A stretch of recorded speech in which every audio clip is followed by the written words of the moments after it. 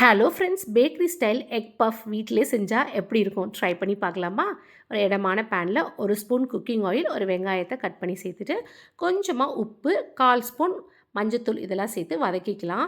வெங்காயம் நல்லா வதங்கினதும் இதில் 1/2 ஸ்பூன் இஞ்சி பூண்டு பேஸ்ட்டு, 2 பச்சை மிளகாவை சின்ன சின்னதாக கட் பண்ணி சேர்த்து வதக்கிக்கலாம். இந்த வெங்காயம் பச்சை மிளகாய் எல்லாமே நல்லா வதங்கினதும் இதர மசாலாலாம் சேர்த்துக்கலாம். 1 ஸ்பூன் மிளகாய்த்தூள், 1/2 spoon garam masala, 1/2 spoon chicken masala சேர்த்துக்கலாம். ஆப்ஷனல் தான் சிக்கன் மசாலா சேர்க்குறது, பட் சூப்பராக இருக்கும்.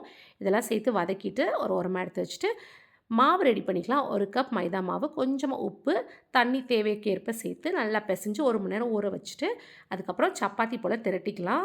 ஒரு 4லேருந்து 5 சப்பாத்தி திரட்டி ரெடியாக வச்சிடலாம்.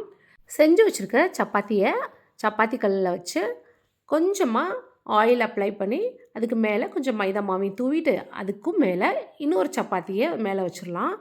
சேம் ப்ராசஸ் ரிப்பீட் பண்ணணும். ஆயில் அப்ளை பண்ணி கொஞ்சமாக மாவை தூவி அது மாதிரி 4லேருந்து 5 சப்பாத்தியை ஒன்று மேலே வச்சு அதுக்கப்புறம் ஃபைனலாக லைட்டாக ரோல் பண்ணி எடுத்துகிட்டு சைடில் இருக்க 4 எட்ஜையும் கட் பண்ணி எடுத்துக்கலாம். அப்போ தான் நமக்கு வந்து ஒரு அழகான ப்ராப்பர் ரெக்டாங்கிள் ஷேப் கிடைக்கும்.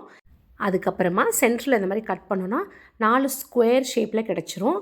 அதில் ஒரு ஸ்கொயர் பகுதி எடுத்து நம்ம ரெடி பண்ணி வச்சுருக்க வெங்காயம் மசாலா இருக்குது இல்லையா, அதை சென்டரில் வச்சிடலாம். ஃபில்லிங் நிறைய வேணும்னா 2 ஸ்பூன் வைங்க, இல்லாட்டி 1 ஸ்பூன் வச்சாலே போதும் ஃபில்லிங்கு.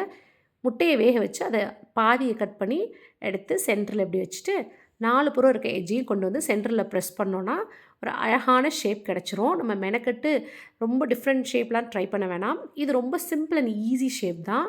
எவ்வளோ அழகாக இருக்குது பாருங்கள். கடாயில் எண்ணெய் சூடு பண்ணி அடுப்பு லோ ஃப்ளேமில் வச்சுட்டு நம்ம செஞ்சு வச்சுருக்க இந்த எக் பஃப் இல்லாட்டி எக் சமோசான்னு கூட சொல்லலாம். இதை வந்து ஒரு அட் அ டைம் 4லேருந்து 5 சமோசா பொரிச்சு எடுக்கலாம். ஒரு புறம் நல்லா வெந்து கோல்டன் ப்ரௌன் ஆனதுக்கப்புறமா மறுபுறமும் திருப்பி போட்டு நல்லா வெந்ததுக்கப்புறமா எடுத்து சுட சுட சர்வ் பண்ணி பாருங்களேன். ரொம்பவே கிறிஸ்பியாக டேஸ்டியாக அருமையாக இருக்கும்.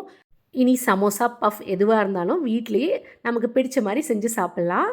கடையில் வாங்கவே வேண்டாம். நீங்களும் ட்ரை பண்ணி பார்த்துட்டு எப்படி வந்துச்சுன்னு எனக்கு கமெண்ட் செக்ஷனில் சொல்லுங்கள்.